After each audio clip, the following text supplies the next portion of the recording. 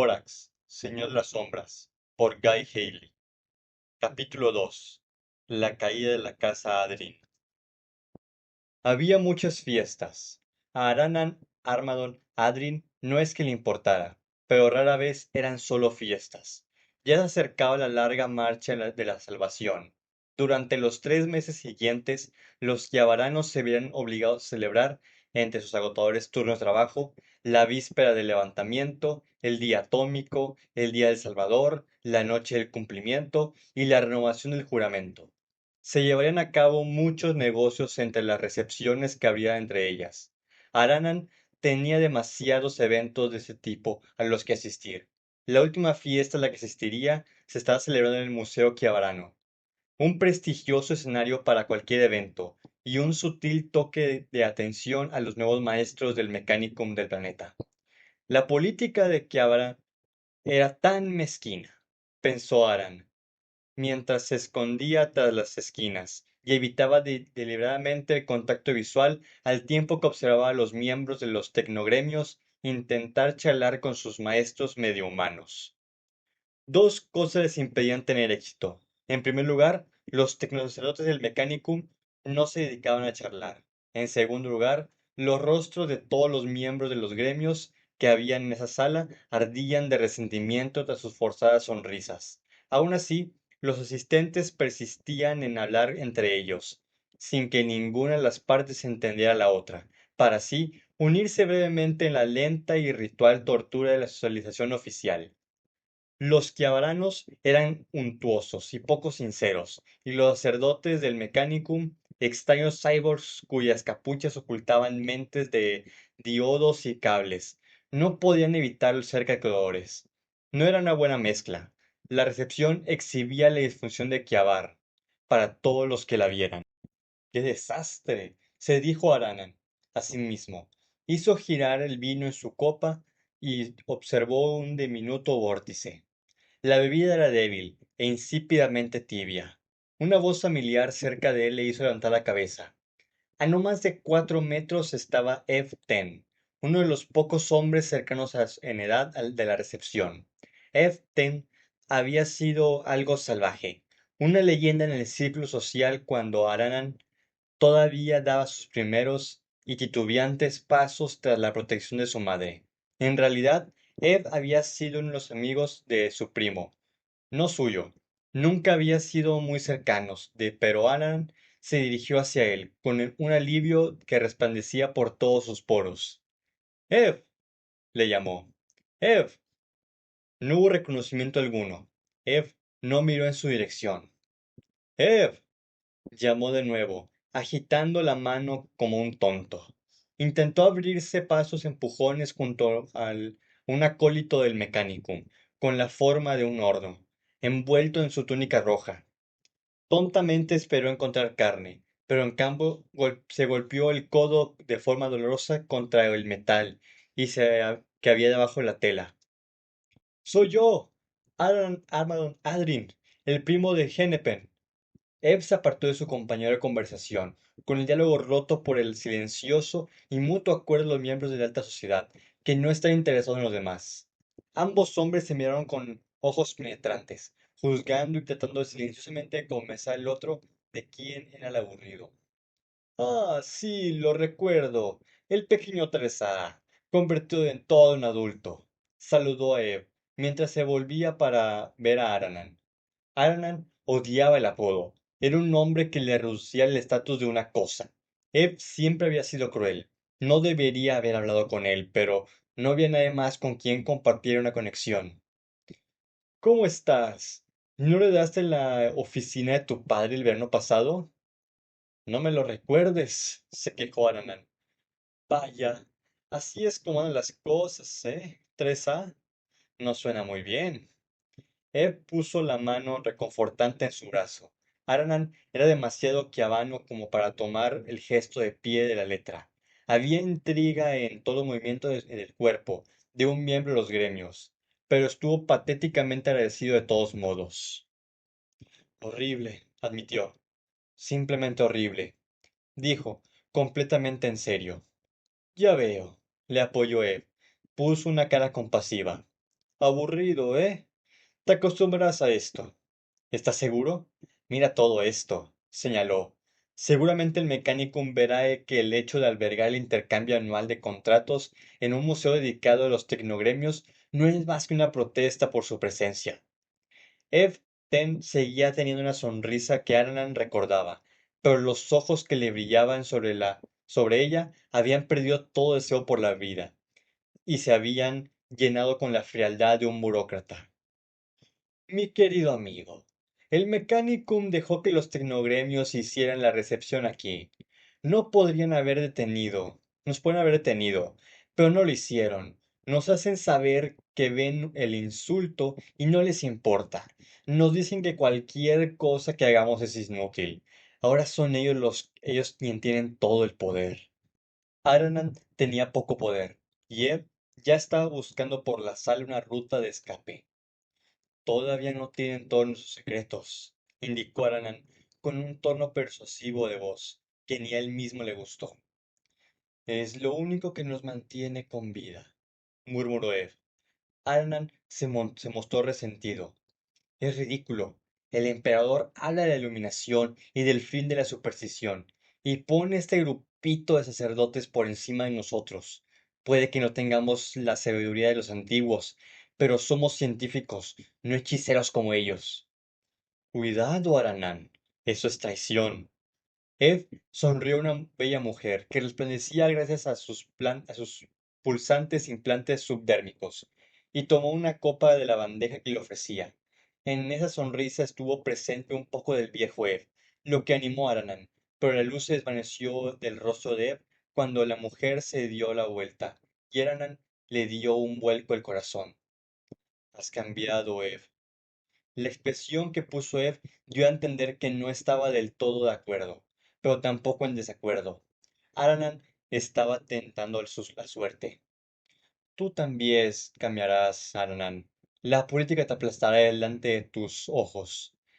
Ten agarró el hombro de Aranan con firmeza y bajó la voz. La sinceridad hizo una breve aparición tras su caparazón de confianza.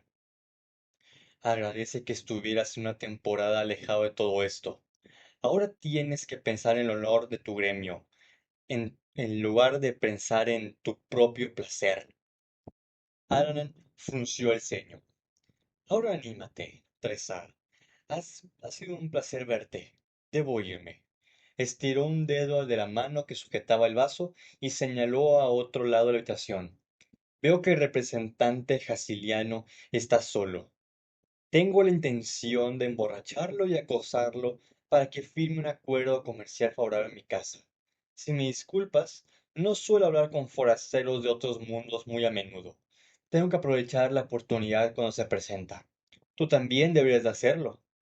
Eve se fue con un pequeño saludo y se abrió camino a través de los cyborgs de túnicas rojas y los relucientes maestros de gremio como un hombre nacido para los negocios. Alan se enfurruñó. No pasó mucho tiempo antes de que le deseara haber seguido el consejo de Eve y haber intentado desempeñar su papel, ya que Dev Tern le sacó de su introspección. El tecnogremio Ter-Kir había intentado convencer a su padre durante años para que se interesara en la fabricación de los susurradores. Con su padre muerto, el deber de Aranan era dar largas a Ter. Nunca le había gustado el hombre. Aunque Aranan carecía de la astucia para librarse de la compañía de Ter, tenía a su favor que era demasiado terco como para dejarse intimidar.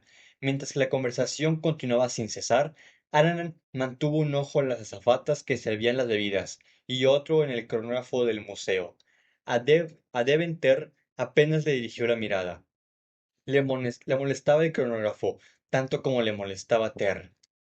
Tenía una cara tan grande como el león Licaeus, cubierta de una caligrafía y una pintura recargadas que los estilistas llamaban ingenua. Pero a Araran le parecía la obra de un niño. Tenía miles de años, según decían. A él no le importaba en absoluto. Miraba amenazadoramente el cronógrafo mientras marcaba los segundos de su vida, regañándole por malgastarlos. Por supuesto, el reloj mostraba la antigua hora de Kiabarn. Viendo que la antigua medida había sido suplantada por el cálculo imperial, su exhibición era otro desaire hacia el Mechanicum. En lo que respecta a Annan, su aire sentencioso superaba su valor como símbolo de desafío. Si por él fuera, lo habría aplastado con un martillo. Tern finalmente captó el mensaje de que Aran no iba a renunciar a la fortuna familiar, y se fue, lo que sin antes exigir una cena y una charla de negocios en una fecha posterior. Aran habló vagamente acerca de pedir a su subsecretario que se pusiera en contacto con el subsecretario de Ter, mientras juraba en silencio que no se acercaría al hombre si podía evitarlo. Cuando Tern se fue, Araran se escondió detrás del buffet. Tras otra insoportable hora, el primero de los invitados comenzó a marcharse. La salida y la llegada de este tipo de eventos se hacían en estricto orden jerárquico. Ahora podían irse sin provocar una escena. Con un suspiro de gratitud, Araran se excusó y ordenó que su coche gravítico lo esperara frente al edificio. La esclavitud fue una de las primeras instrucciones que Araran hacen desaparecer. En la escuela se habían enseñado que así tenía que ser, aunque en casa también le habían enseñado que el llamado Salvador obligó a los gremios a capitular tras asesinar a 400.000 personas con cargas atómicas. Las grandes opiniones se mezclaban con la nueva constitución. Bajo la superficie, nada había cambiado demasiado. Los lacayos uniformados revoloteaban en una instancia prudencial para complacer todos los caprichos de los maestros del gremio. Mientras Abraham se escabullía del edificio, hombres y mujeres aparecieron de habitaciones ocultas para desempolvar su chaqueta y cubrir sus hombros con pieles extrañas. Un conserje contenía de manera imperiosa la fila de ciudadanos menos adrenados que esperaban a salir hasta que Araran se hubiera ido. Otros sirvientes tomaron hábilmente el lugar de los guardarropas para llevarlo hasta su limusina negro azabache. El coche era asquerosamente caro, y lo impulsaban los mismos motores que elevaban a los susurradores. Cualquier conjunto de propulsores que pudiera transportar 10 legionarios astartes completamente blindados a una altura razonable de vuelo no tenía problemas en levantar un coche terrestre a 1 metro del suelo, incluso uno tan grande y tan lujosamente equipado como el de Ararán. Alan se dejó caer sin gracia alguna en la parte de atrás y arrojó una moneda al apartacoches. El hombre intentó decir algo. Alan subió la ventanilla del coche deliberadamente para no escucharlo. Aislado del mundo personal de lujo, se sintió algo mejor. ¿Tuvo una noche agradable, señor? La voz del chofer parecía un poco apagada. Alan lo achacó a un resfriado. No, Rauspekef, no la tuve, contestó la pantalla de cristal tintado del compartimento del conductor. La gorra en inglete del hombre era visible como una forma ahumada desde el otro lado. Las manos se movían sobre el volante. Araran sabía poco de su chofer más allá de ese juego de sombras, y sin embargo, a menudo confiaba en él. La pantalla ofreció una especie de anonimato, como el de un confesionario en una catedral. Cuando era más joven me divertía mucho, pero ahora ya no. Continuó Araran. No me divierte. Golpeó la ventana para enfatizar su palabra. La diversión fue antes de que su padre muriera, dejándolo a una tierna edad de 29 años a merced de la política posterior del acantamiento. Recuerdo cuando una fiesta era una fiesta, añoró Alan. Era la ocasión para beber, bailar y perseguir las hijas de los señores de las otras tecnocasas. Y ahora que obtengo súplicas interminables al mecánico. Eso es lo que son todas las recepciones y eventos previos al teatro con sus copas de vino caliente y de mala calidad, y sus diminutos canapés. Gruñó para sí mismo. No recuerdo la última vez que tuve una comida en la que tuviese que usar un cuchillo. Ni siquiera me atrevo a coquetear con las chicas. Son todas espías. Pasó la mano por el respaldo del asiento y se desplomó. El vehículo tiene la capacidad de transportar a 8 personas con extrema comodidad. En estos días siempre iba solo Alan. Con ojos enojados vio como el resplandor del color amarillo sodio de las farolas se deslizaba sobre el metal de su automóvil, suave como el aceite de una máquina. Lejos del distrito cultural, el feo y funcional estilo de Chiavar se iban poniendo, deprimiéndolo aún más. No estoy hecho para esto. No estoy hecho para los negocios. Yo digo que dejemos que ese maldito mecánico se quede con todo. Si usted lo dice, señor, manifestó Kev. Ananan gruñó. Se inclinó hacia adelante y sacó una botella de agua de la vida de una nevera interior. Siempre una botella nueva y sellada. No importaba lo poco que hubiera bebido la última vez. Y siempre bebía al menos un poco. La cantidad que quedaba en las botellas era cada vez menor con cada recepción a la que asistía. Si seguía así, pronto necesitaría dos. El tintineo del hielo en el vaso le levantó el ánimo. La fría quemadura del alcohol en su garganta lo elevó aún más. Ya no le dijo nada más a su conductor, contento con beber y pasar los lúgubres paisajes urbanos de Chiavarn. Pertenecer a un gremio tenía sus ventajas. Su coche tamborileaba por las lisas superficies de los carriles de tráfico prioritario, mientras dejaba atrás filas de coches de los siervos, de aspecto cuadrado, que transportaban la mano de obra hacia las diferentes fábricas. Gigantescos trailers avanzaban resoplando por el ancho del camino de carga que dividía los carriles públicos y privados, cuyas enormes ruedas sostenían remolques de tamaño de un edificio. Encima de las enormes unidades tractoras de la parte delantera había pequeñas cabinas de piloto que albergaban a los servidores. La potencia de los motores hizo que los cristales de limusa de Aranan vibraran brevemente al pasar a toda velocidad. Dejó que su mirada siguiera los logotipos del remolque. Bajo la brumosa luz, la marca roja era una mancha cuya pintura estaba desapareciendo. Ya no importaba quién hacía qué en Chiavari. Todo pertenecía al mecánico. El coche abandonó la autopista principal hacia un distrito de los almacenes, todos ellos idénticos. Los caminos entrecruzados y de varios niveles estaban llenos de filas de máquinas servidoras que buscaban transportar cajas. Iban por el camino equivocado. Arnan se inclinó hacia adelante y tomó un sorbo de su bebida. ¿Qué estás haciendo, Kev? Le preguntó. ¿A dónde vamos? Hay un camión volcado más abajo, en la autopista de Ciudad Renta. Por aquí evitaremos el lugar del accidente. Arnan asintió. Era plausible, pero no estaba convencido, y su preocupación se convirtió en temor cuando la limusina giró hacia una calle lateral y se detuvo con lentitud. La sombra de Rauspikev abrió la puerta del conductor. A los miembros de los gremios ya no se les permitía que llevaran armas, pero todos lo hacían. Aranan presionó la microcartuchera de un botón de su chaqueta. Un compartimento oculto salió del interior de la limusina. Arnan miró perplejo el espacio vacío donde debía haber estado su propia pistola láser. El aire contaminado con aceite entró siseando el interior del coche. Rauspikev estaba junto a la puerta abierta al pasajero, solo que no era Rauspikev. Arnan entrecerró los ojos. La calle estaba oscura y la cara del conductor estaba enmascarada por las sombras. Por el vacío, ¿quién eres tú? Exigió saber.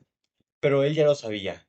Pudo ver que el impostor lo que el impostor estaba a punto de hacer.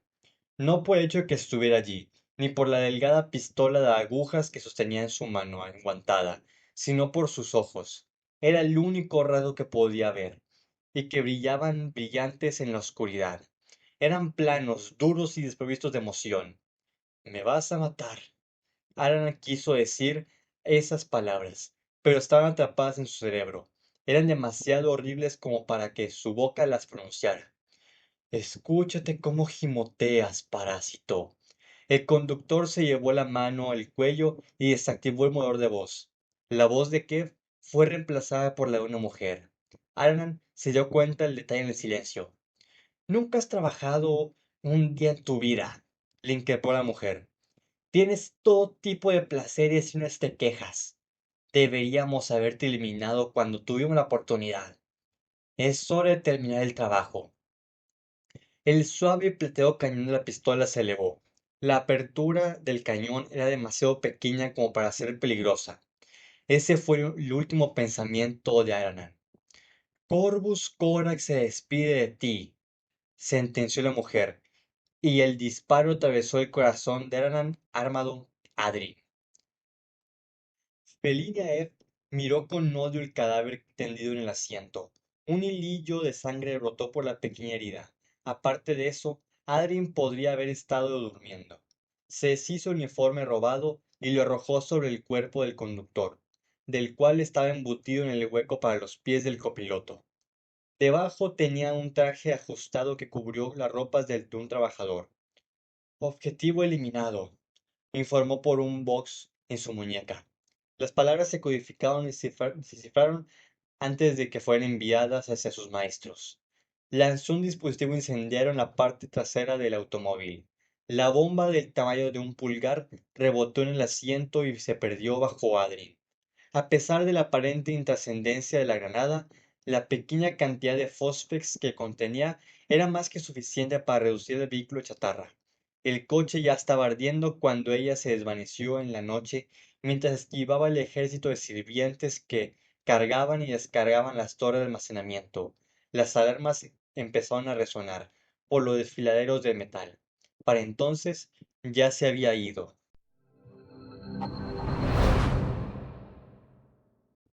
Bueno chicos, eso fue todo el capítulo de hoy, espero que les haya gustado. En este pudimos ver más que nada cómo después de la versión de Lycaeus y el mundo de Corax, los mismos gremios tecnológicos del planeta estaban siendo tomados por el Mechanicum y como algunos que no querían cooperar como el de nuestro amigo Adrien, pues eran eliminados por el mismo agentes de Corvus Corax. Y pues sí, eso fue todo. Sin nada más que decir, me despido y los veo en la siguiente lectura. Nos vemos.